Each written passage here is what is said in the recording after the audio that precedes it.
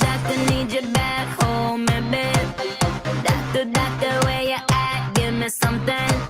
I need your love, I need your love, I need your loving. You got that kind of medicine that keep me coming. My body needs a hero, come and save me. Something tells me you know how to save me. I've been feeling real low, oh, I need you to come and rescue me.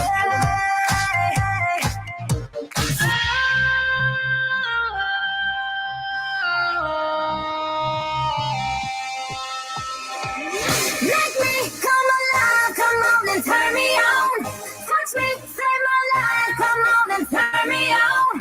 I'm so young to die, come on and turn me on, turn me on, turn me on, turn me on, turn me on. Make me come alive, come on and turn me on. Touch me, save my life, come on and turn me on. I'm so young to die, come on and turn me on, turn me on, turn me on, turn me on, turn me on. Oh, you make it right. My temperature is super high. If I scream, if I cry, it's only 'cause I feel alive. My body needs a hero, come and save me. Something tells me you know how to save me. I've been feeling real low, oh, I need you to come and rescue me.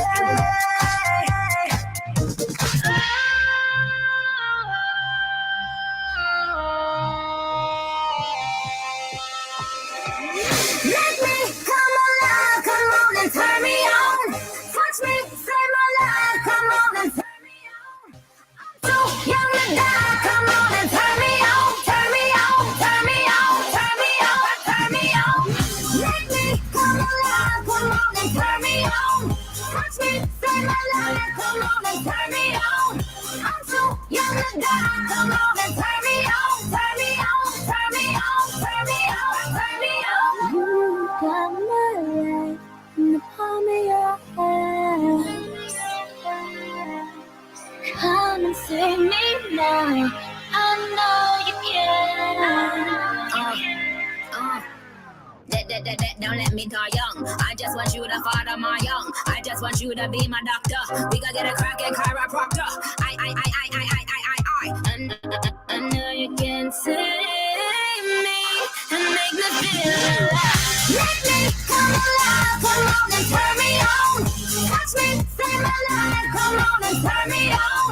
I'm too young to die, come on and turn me on, turn me on, turn me on, turn me on, turn me on.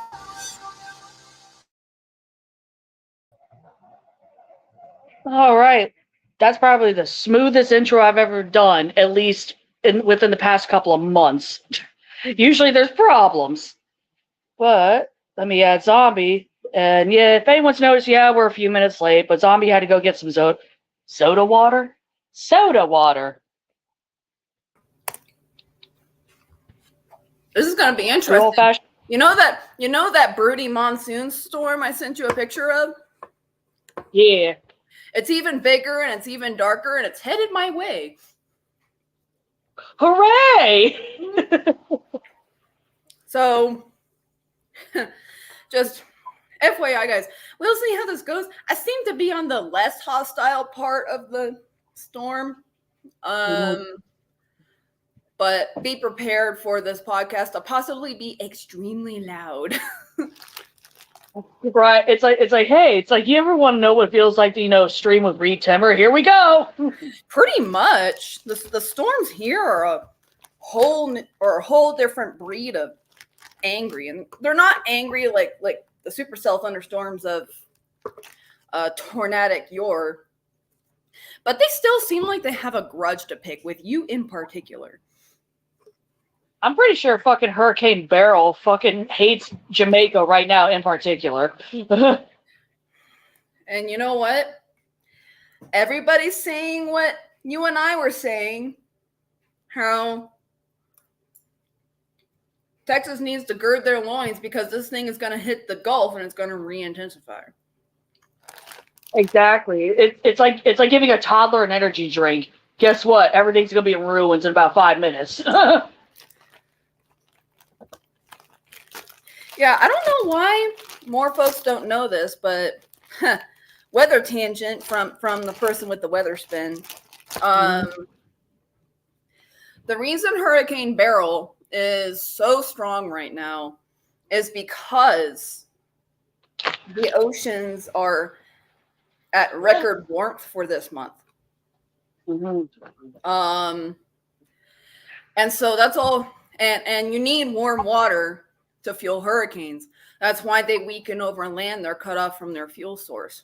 That will happen to Hurricane Beryl. Hurricane Beryl, once it starts running into Jamaica and other islands, and I think it's probably gonna skirt by Mexico, though it might not.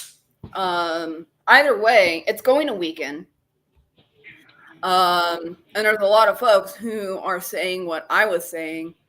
And that once Hurricane Beryl hits the Gulf, which is the warmest it has ever been in July, it's basically, the hurricane is going to Hurricane Olive Garden. All you can eat buffet. Yep. Yeah, because that hot Gulf water is going to really, jazz up the fucking hurricane, make it stronger. Very likely going to re-intensify. I don't know if it's going to hit a Cat 5 again. Stranger things have happened, though, like a Cat 5 appearing this early in the year. Right, because usually they appear as a tropical depression and then start building them. No, Beryl just came out of the woodwork like a fucking NASCAR fan, hopped up on fucking Bud Light. All of them start out as tropical depressions, but Hurricane Beryl's rapid intensification is not really unprecedented, but unprecedented for this early in the season. Right. And yeah, it's there is a decent chance that it will re-intensify and then it's going to hit Texas. Yeah, how about Texas? The only thing I really fear for in Texas is our fellow friend and mod, Mr. Texas Python, because he does live in Texas. Well, he lives living in Texas is like saying living in the U.S. Okay, fair, because Texas is fucking massive. Yeah, Texas is huge. Yeah, I think TV's more inland though.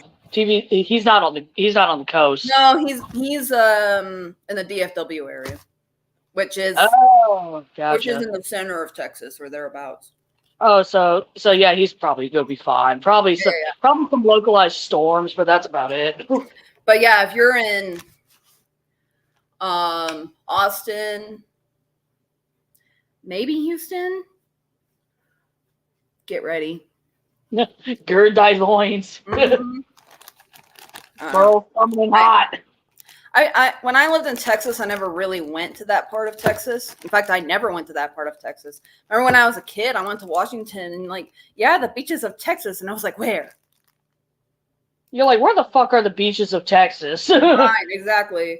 Well, I get it. It's 100% land here. Like, may as well be landlocked. You are pretty much landlocked in anywhere from like central Texas northward. Right. Like me personally, I'm about, I want to say a good 30-minute drive from literally the Atlantic Ocean. Yeah, that's where I live, Redmond. Yeah, so hurricanes are definitely a common thing here.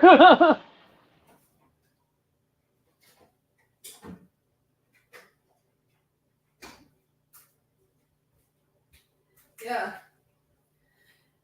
God, I remember though, speaking of, hurricane story, I remember when fucking Hurricane Sandy went up the coast. And obviously Sandy fucked up New Jersey and fucked up New York or New York City. Well, yeah, it was more so Jersey, I think, that was fucked up. Yeah. But either way, not Jersey. Yeah, Jersey went through my area.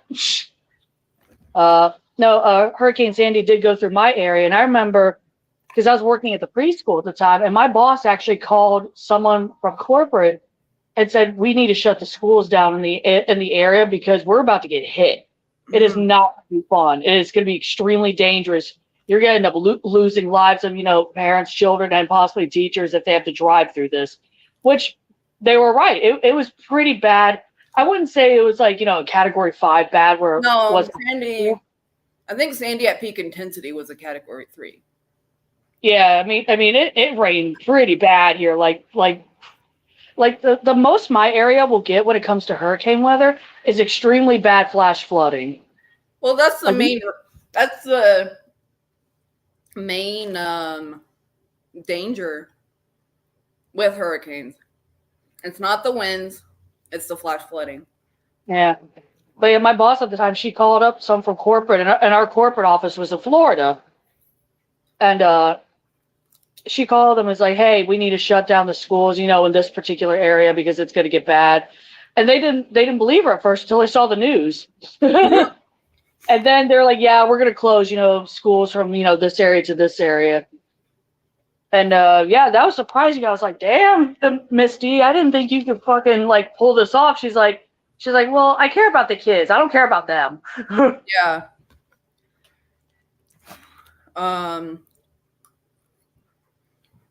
Yeah, that's another thing a lot of folks don't know. The hurricane, is not going to whisk you away with its winds. So Hurricane Beryl has winds that at least at one point were kissing at EF5 tornadic winds. But the wind is not what's going to get you. The lightning and everything, that's what's not going to get you. What's going to get you is the flash flooding and the storm surge. Mm-hmm. There's a reason that places like Louisiana have levees. Oh yeah, to keep the rising, fucking sea levels from, breaking through, flooding out any coastal cities. Yeah. Which obviously, Katrina, the levees fucking broke. Yeah. They were fucking useless at that point. That's why Katrina was so fucking bad. Yeah. But that's why a lot of folk that's why Louisiana, I think other coastal states in the deep south also have levees because the storm surge is one of the big killers in hurricanes. Mm-hmm. Like that and flash flooding.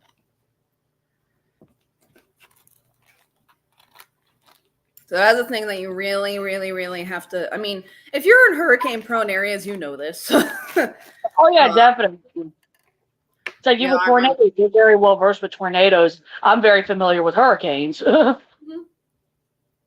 Well, the ones that are most familiar with hurricanes are the ones in Florida and Louisiana. Okay, fair. But if you've lived or are living in hurricane-prone areas, you know all this stuff. I'm preaching to the choir to you. I'm specifically talking to folks who might visit and don't have family there, like tourists who are visiting, and they get caught. It happens every single time tourists visit Florida, Louisiana, Texas sometimes. Texas, of course, gets hit by hurricanes. And they don't really think about hurricane preparation because they have this feigned or this false sense of security of, oh, it's not going to happen to me. It very well could happen to you.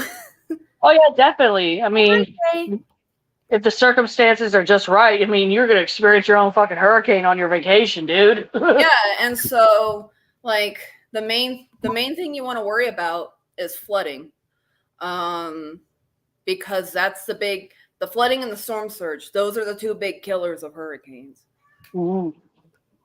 And so you seriously got to be careful about that. So the winds do sort of complicate things. Because if you're trying to escape to the roof because the flooding's getting so bad, well, now you're having to brave tornadic strength winds. Oh, you're playing more Destiny, Kay? Of course Oh, they yeah. Just waiting on the supposed floods, yes. Oh,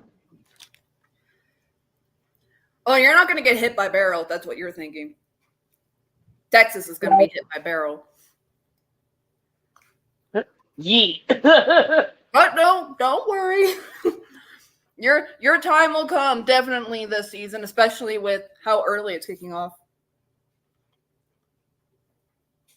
Oh, you're having to play alone again? Oh, rude. Hey, maybe the dude I used to work with my old job is probably one of those lobbies. Oh, okay. Oh, just a regular flood warning, yeah.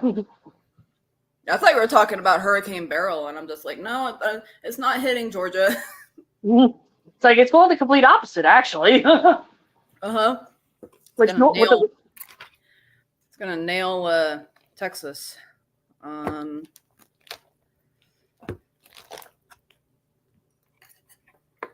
The normal trajectory of a fucking hurricane usually goes up the U.S. coast. Like Florida gets hit first, then Yeah. Georgia, Carolinas, Virginia, and possibly Maryland if it still has speed by then. If it still has speed?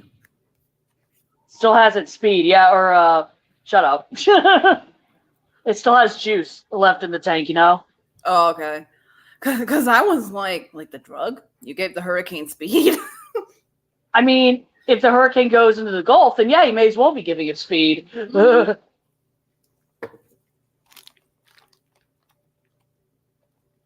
That's when the hurricane turns into Dr. Roxo from Metalocalypse. I'm Dr. Roxo, the rock and roll clown. I do go. Oh God, that hurt.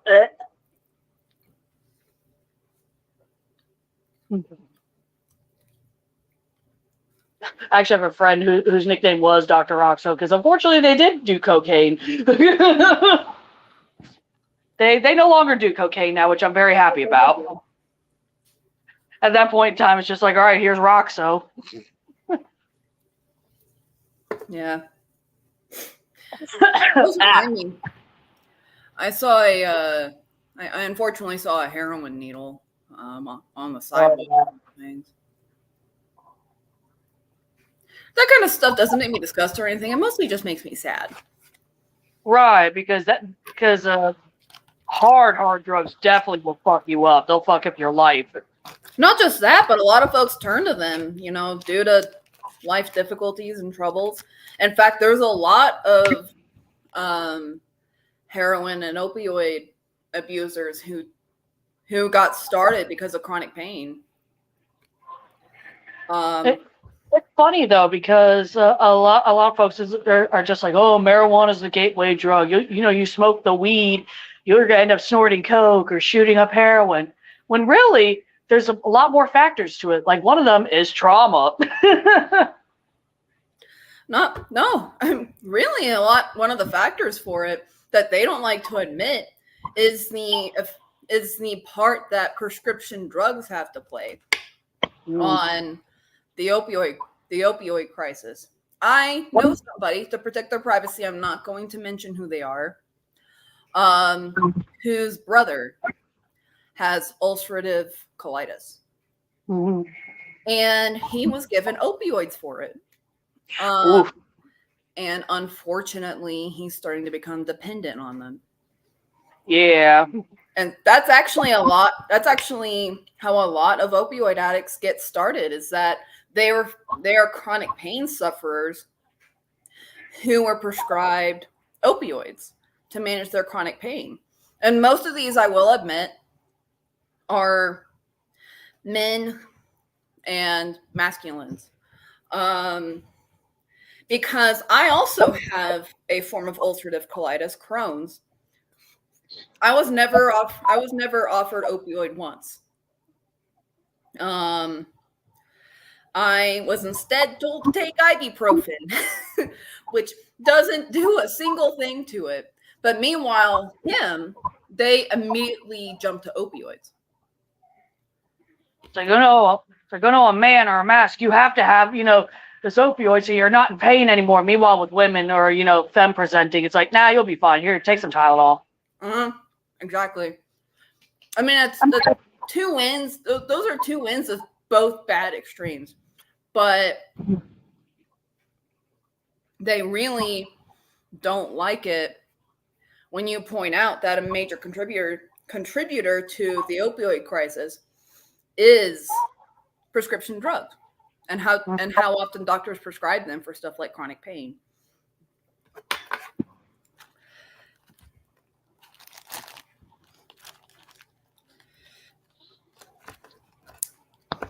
That commercial still gets me. This is your brain. This is your brain on drugs.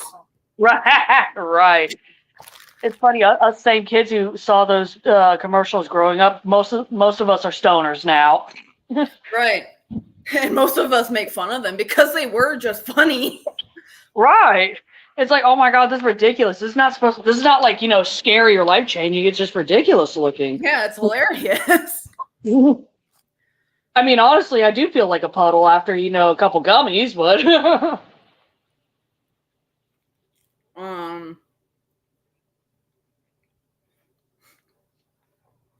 but yeah, like I saw that heroin needle, and I always just feel sad when I see stuff like that because nobody gets into that kind of thing because they want to. They just feel like it's the only thing they have to turn to. Right. I'm just like, over the thought of the needles, I'm like, ugh. Yeah.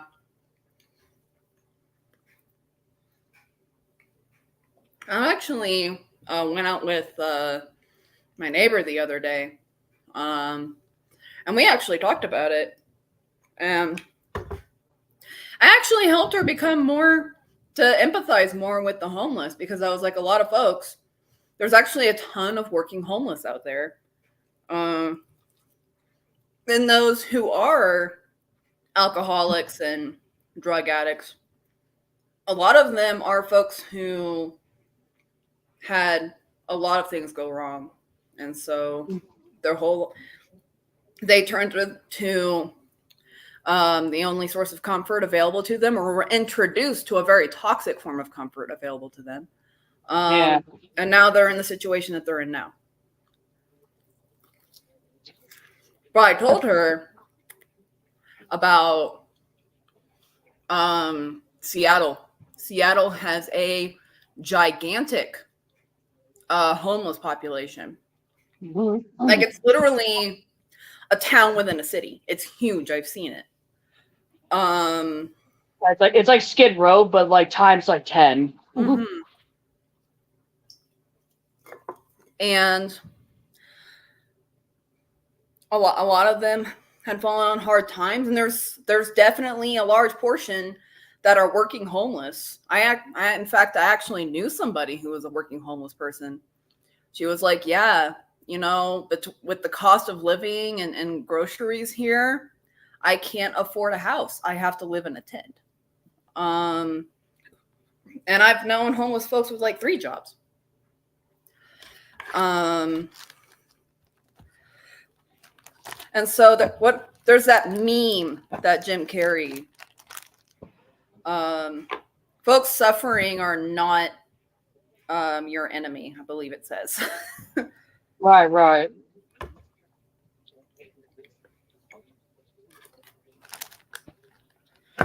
Speaking of toxic comfort, my goddamn state. Yeah, so my state, marijuana and its derivatives, for the most part, are legal, but now they're starting to really cut back on what it can actually be used and what like the legal definition of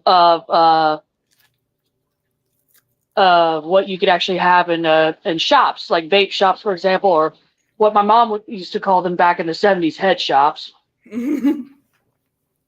But my local shop used to have THC gummies. I went in there today to get some, absolutely none, and there was a cop in there.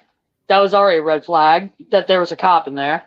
And so I go over to one of the workers. I was like, "Hey, do you have any more of such and such gummies?" He's like, "No, we don't. Unfortunately, we can't sell them anymore." And I'm like, "Really?" So yeah, and I'm like, "Oh damn, that sucks." And he's like, "Yeah, it does, but the law changes and everything." And I could tell he was kind of putting on an act because there was a cop in there. Normally this dude talks shit. I know this man. He talks shit. But he was alarmingly chill, and I was like, all right, I need to get out of here. Yeah. Well, they're doing the boil the frog tactic in your state. Yeah. The old analogy, if you put a frog in boiling water, it's going to hop right out. But if you put a frog in regular temperature water, even cold water, and slowly raise the temperature, the frog will slowly boil to death. And that's sort of what they're trying to do here. It's actually what they try to do with abortion too. They're trying to chip ever so slightly, ever so slowly away at marijuana laws. And then to just slowly bring down the hammer. And next thing everybody knows, we're like, where'd the illegal status come from? And I was like, well, they've been chipping it away until it was illegal over about 5 years. Exactly. But the one website that I actually told you about that I've gotten gummies from in the past before, I was able to get a fairly decent priced little bag. That's it's a 12 pieces, but each one of them is 100 milligrams. Yikes. That's gonna last a long time. I mean, again, go ahead. Sorry. It's funny because my mom, Zombie knows this, but my mom will sometimes take them to help with her bone pain, and it does help her some. She doesn't go crazy like I do, but it was funny because I told her what happened in the shop, and she was like, "Damn, such and such." She was talking shit about a Republican governor. I was like, okay. She's like, "Yeah, I can't stand him now." I'm like, "I bet you can't." No, that's what I said. It's just like, y'all realize how many stoners are in the fucking DC area. Right. The good old DC metro area. Mm-hmm. Because I can tell you just at least in my shop alone, they're losing thousands upon thousands of dollars in revenue. And what's funny is that you think the US would find a way to fucking capitalize on this shit. It's really good for the economy. And it's regulated, like let's say alcohol is. You have a booming, thing going on. That's a lot of money coming in for states and everything. It's the rules and regulations, which there already have been rules and regulations. Are there going to be some, mistakes of, let's say, a kid gets into a bag of gummies, ends up going to the ER? Cases like that are going to happen. Same thing happens with alcohol. Or, smoking. Exactly. It's like, as long as you can personally attest to this. If you smoke in your household and you have children, it's just as bad for your child as it is for you. I should know. As someone who grew up, with a smoker literally all her fucking life, has asthma. It's like, son of a bitch. But yeah. Yeah, y'all are losing out on a lot of money. Yep. I mean, actually, excuse me, where I live, yes, I'm eating, guys, because I haven't eaten all day, actually. I got my usual, stoner snacks here, so.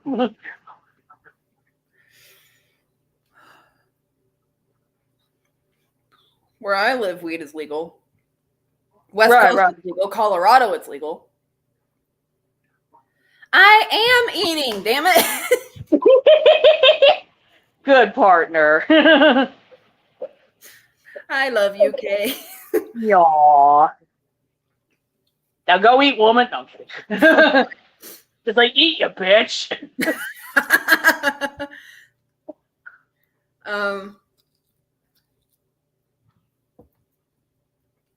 But I will say,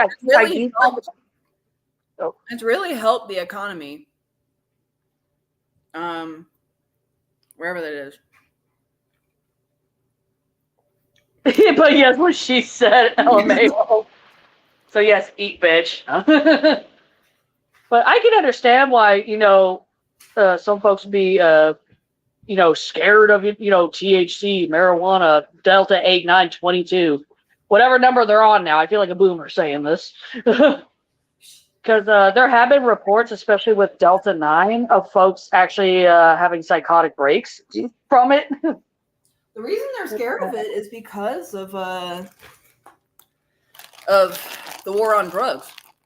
Yeah. Which specifically targeted marginalized communities, especially Black folks.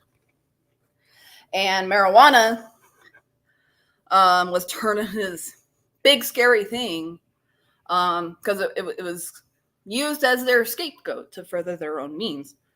Mm-hmm. It is a psychoactive substance, guys. Don't get me wrong. So there's definitely a potential that you'll have a really adverse reaction to it. We actually know somebody, a mutual of ours, T, who tried marijuana and had an extremely bad reaction to it. Yeah. So it's not for everyone, but neither are prescription drugs.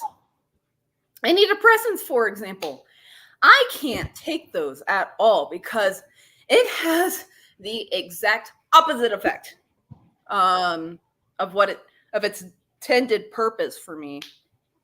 And so I cannot touch them.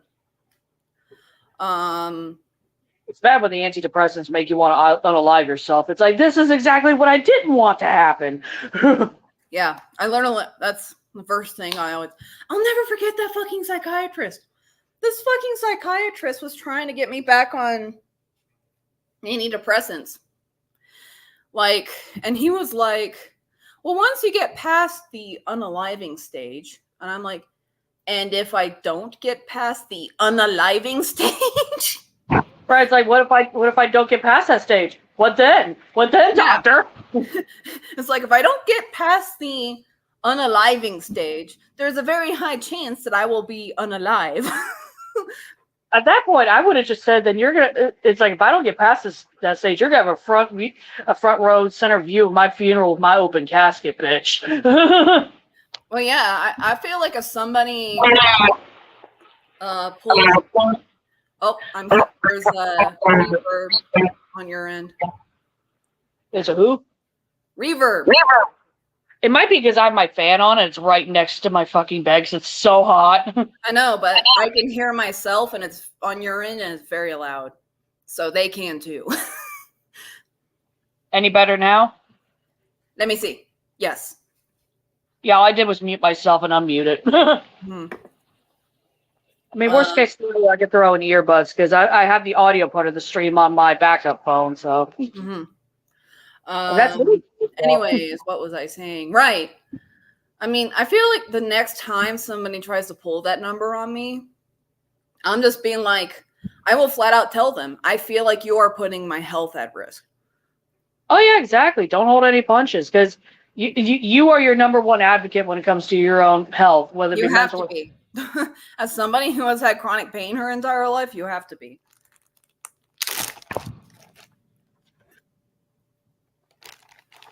Because nobody's gonna be on your side. Which, speaking of which, I don't know if I mentioned this last stream, but I finally have gabapentin for my chronic pain. Yeah.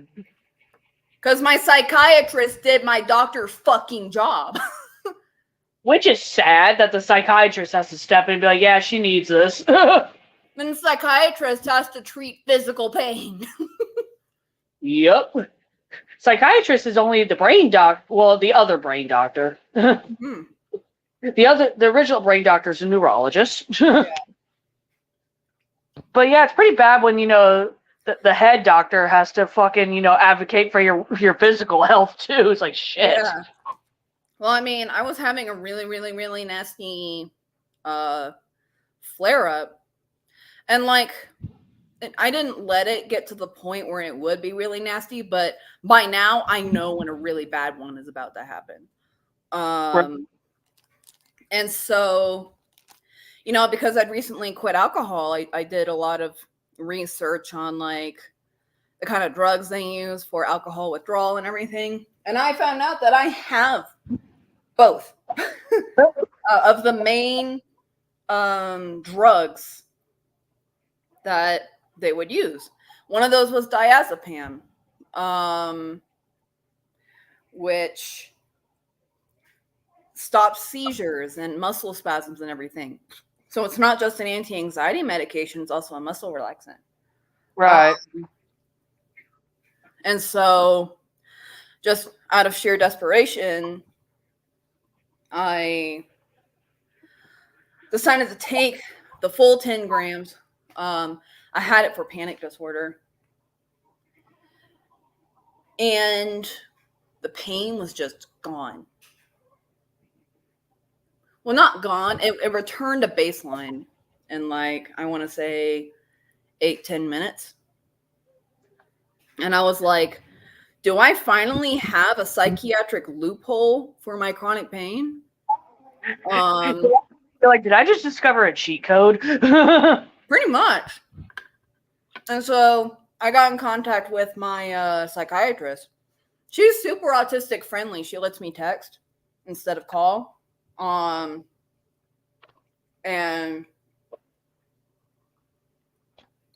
I told her I wanted to schedule an appointment to discuss diazepam, to discuss prescribing diazepam. And she was like, I don't feel comfortable prescribing benzos, which admittedly can be very addictive.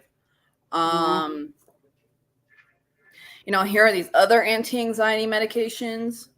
And I was like, the reason I'm approaching you about this is because I feel like I found a psychiatric loophole in obtaining pain medicine without the need for a physical diagnosis for my chronic pain. And she immediately was like, well, what about gabapentin? I can prescribe you that for anxiety. You're already diagnosed with it. And I was like, really? And she was like, yes, really. I prescribe it all the time, you know, for anxiety. And I was like, thank you. So yeah, now I finally have gabapentin, which, mind you, no other fucking doctor recommended. Right.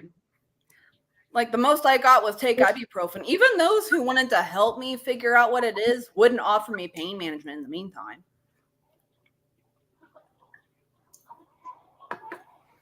But yeah, now I have gabapentin. I'm starting out at the lowest dose, which is 100 milligrams.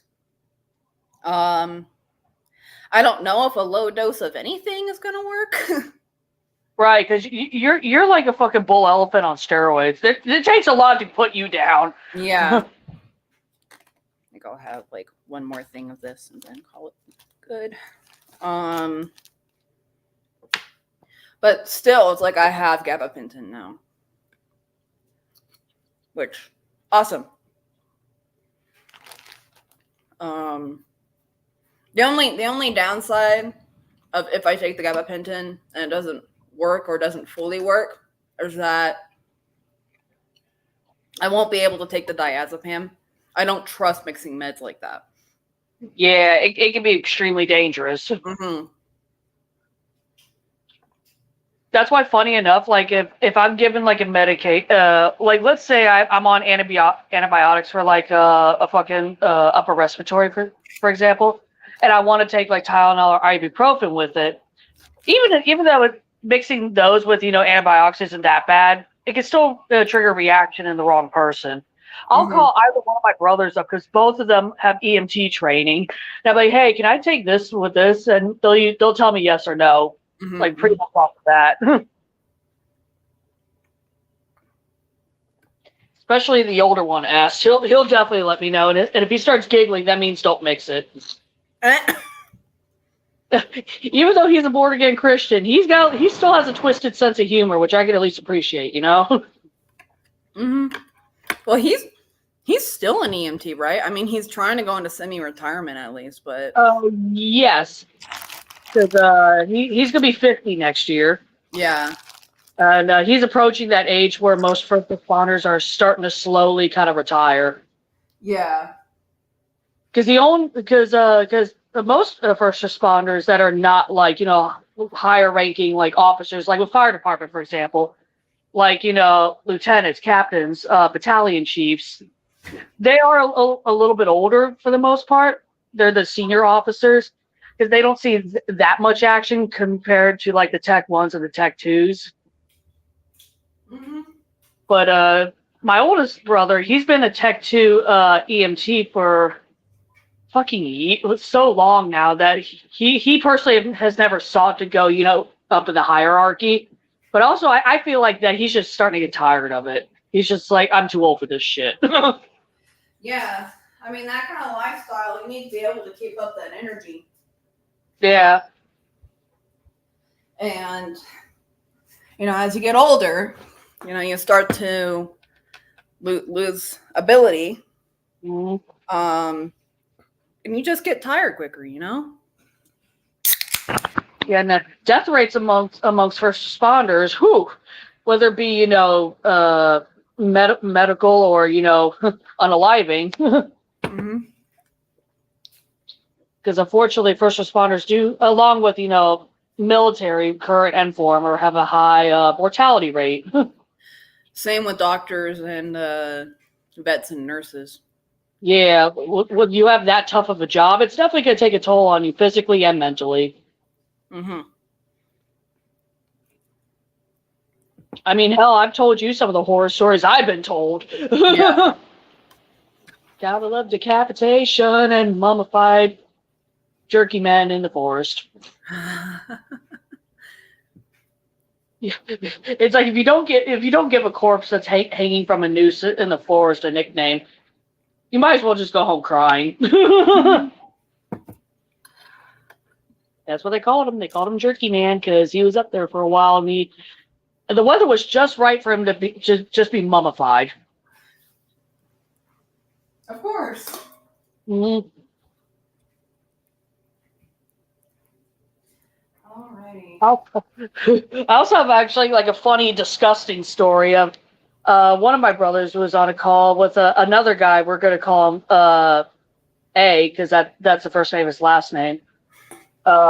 He and A go into this call because I believe it was a wellness check because there was a weird odor coming from this, I want to say, apartment or a townhouse. Uh-huh.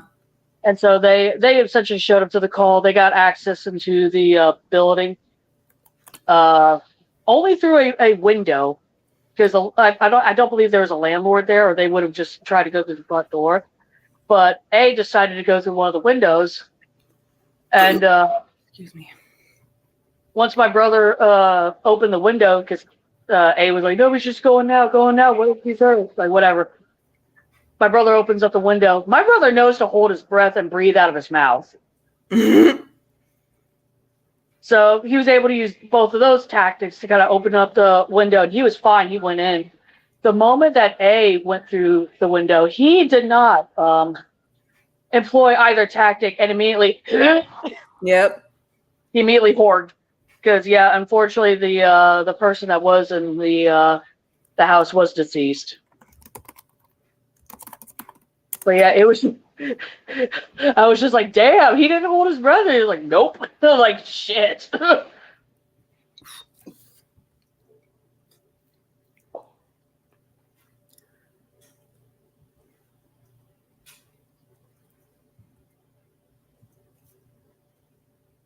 right. My pain was starting to kick up, so I actually did take the gabapentin.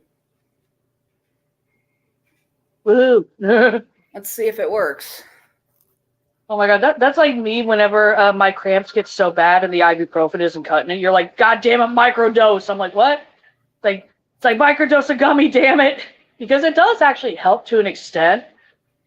if my uterine pain's like a full on 10, the gummy will at least kind of bring it down to like a 6 or a 5. So like the pain's still there, but it's like a dull roar instead of, searing, I'm going to die pain. Yeah. Which, yes, everyone, cannabis and its derivatives can be used as pain relievers. Mm-hmm.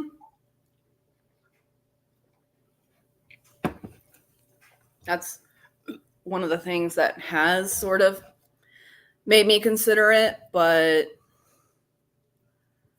probably have to take like the pill form, like it's like fish oil capsules almost, but with cannabis oil. Mm-hmm.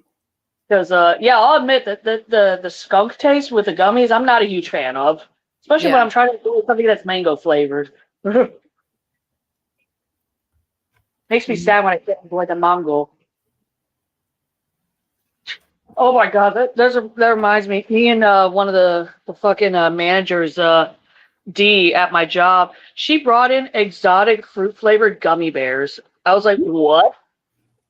And I'm looking at this bag. There's dragon fruit flavor. There's mango. There's like lychee, and it was me friendly too. I was like, hell yeah! And I tried a few of them. The fucking mango and the dragon fruit were amazing. The kiwi's pretty good too. But it's funny because I looked over at D. I was like, D, I can always trust that you'll have some kind of random ass snack on you because all you do is stand up front and eat, which is kind of the truth. Same with 3 of my other coworkers. They're all 17 years old.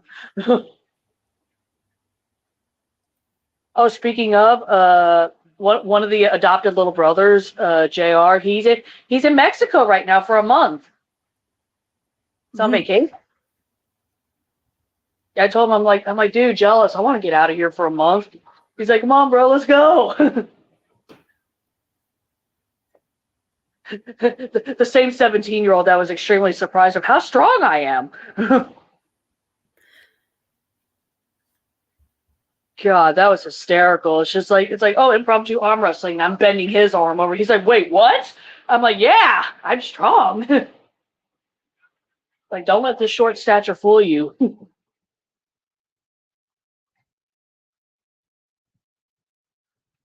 Oh, So I just got a message from Zombie, so we may actually have to cut this short because Zombie's not doing too good right now. So sorry to end this a little bit early, but I hope everybody has a good rest of the week. See y'all next time. Bye-bye.